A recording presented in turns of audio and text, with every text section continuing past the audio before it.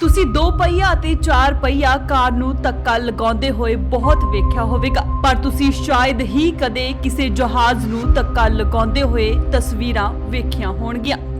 ਇਹ viral video Nepal ਦੇ ਬਜ਼ੂਰਾ airport ਦਾ ਹੈ, ਜਿੱਥੇ ਬੁੱਧਵਾਰ ਨੂੰ ਦਰਜਨਾਂ ਲੋਕ ਤਾਰਾ 에ਅਰਲਾਈਨਸ ਦੇ ਜਹਾਜ਼ ਨੂੰ ਧੱਕਾ ਦੇ ਰਹੇ ਨੇ।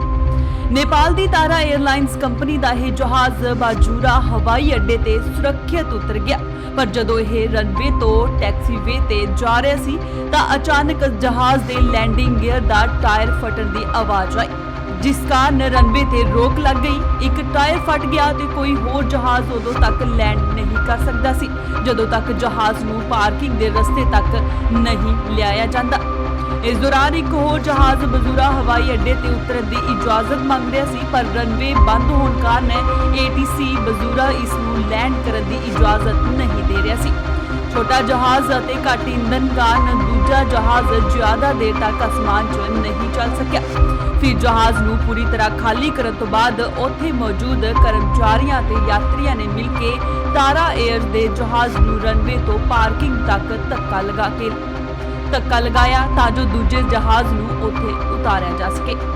Bureau report, Indus TV, Australia.